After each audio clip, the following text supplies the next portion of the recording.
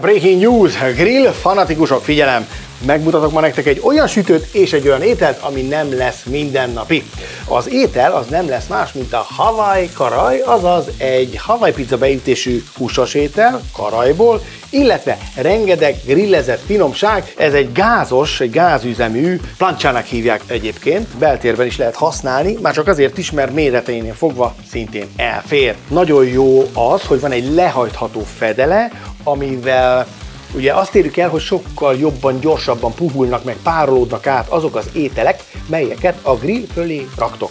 Na ezért készítettem ide több fajta dolgot. Itt van például egy egyszerű hamburgerpogácsa, amit hogyha elkezdesz sütni, és ott felejted, és szárad, még akkor is szaftos marad, mert a tető megfogja a kicsapódó párát. Direkt hoztam ilyen kis dobozos halat, ez lazac, egy sáfrányos mártásban, amit így készen lehet kapni. Az ilyen sütőkre találták ki, csak ráteszed, lecsukod a fedőt, és már párolódik is. Na de menjünk tovább. Nem tudod megkarcolni, és nagyon jó bírja a strapát, nem teflon, szóval nem tud egy idő után hamar elkopni. Egy nagyon jó ilyen fényes, mázas bevonata van, de nem tapad hozzá semmi. Így az olajjal is csinyán lehet bánni, ami ugye a füstöt okozza, és ez beltérben általában probléma. A bemutató után inkább nézzük ezt az ételt, amit pont a lecsukható fedőnek köszönhetően el is lehet készíteni szaftosan.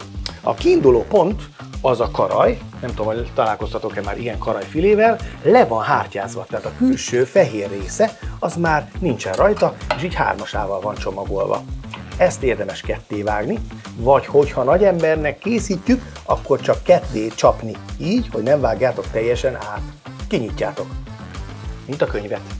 Jó, miután ez megvan, mehet mindkét oldalára a só és a bors.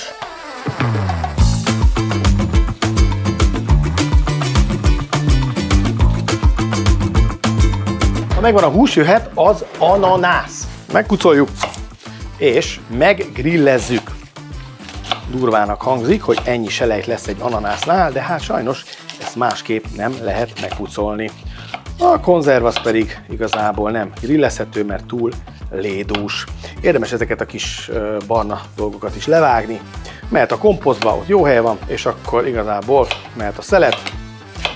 Nem kell túl vékony, nem kell túl vastag. Csinálunk itt egy kis rendet a grill felületen, és jöhetnek föl az ananászok. A kemence tehát működése, ez a kibekapcsoló gomb, ez elemmel működik, van itt egy alsó gyűjtőtálca, ide folyik le a zsíradék, és akkor egy elfordítással, kappanással be is gyújtja magát, és pirosan jelzi, hogyha világít. Alul van a kicsi, itt pedig a legnagyobb láng, és akkor tudod szabályozni bal oldal, illetve jobb oldal. Ennyi. Jó?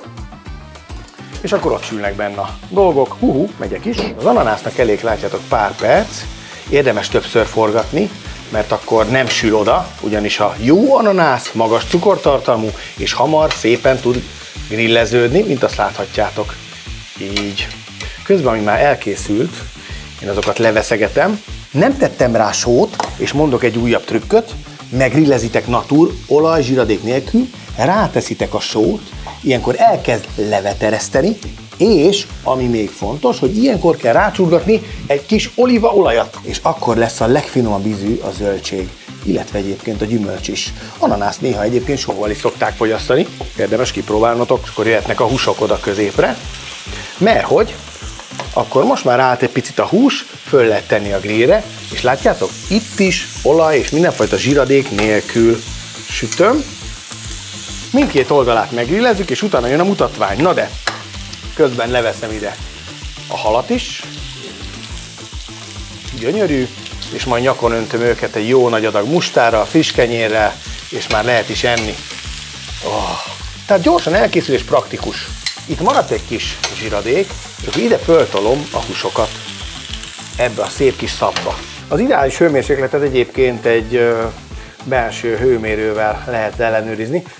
Természetesen minden nyitás után ez visszaesik, de valahol ott a citromsárga és a narancssárgánál van az a hőmérséklet, amin lehet vele dolgozni szépen. Na, nézzétek meg, és az ananász is egyébként, amilyen merev és kemény volt, a hő hatására kezd bepuhulni. Most húsfordítás, gyönyörű. Nem kell megijedni attól, hogy vastag, ettől marad szaftos például egy karaj. Amikor már így megsült, és megfordítottátok, akkor jön az összeállítás. Alulra megy a két szelet füstölt sajt, és ráhelyezitek a sonkát, méghozzá így. Az ananászt teszitek alulra, hogyha már mind a két oldala megpirult, tetejére teszitek a húst, így, és aztán jön az a kombináció, amit az előbb mondtam, hogy a sajtot és a sonkát ráborítjátok így. Most jön a trükk, amivel ugye többet tud ez a sütő, lehajtjuk, és alacsony hőmérsékleten, azaz letekerve, ráolvatjátok a sajtot. Amikor ez ráolvad, akkor van kész. Körülbelül 4-5 perc.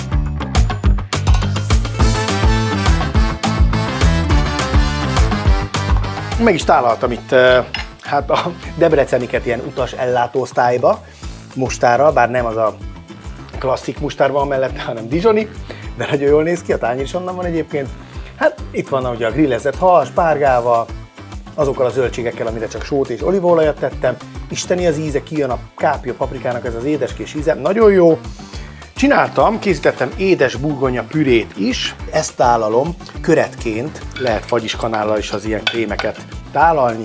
Egyébként az édes burgonyát hasonló módon héjában megrillezitek, kiveszitek a közepét, mármint ez a meglágyult közepét, összekeveritek kis mézzel, gyömbérrel, sóval és olívaolajjal, és már mehet is a turmixba, vagy villával összetöritek.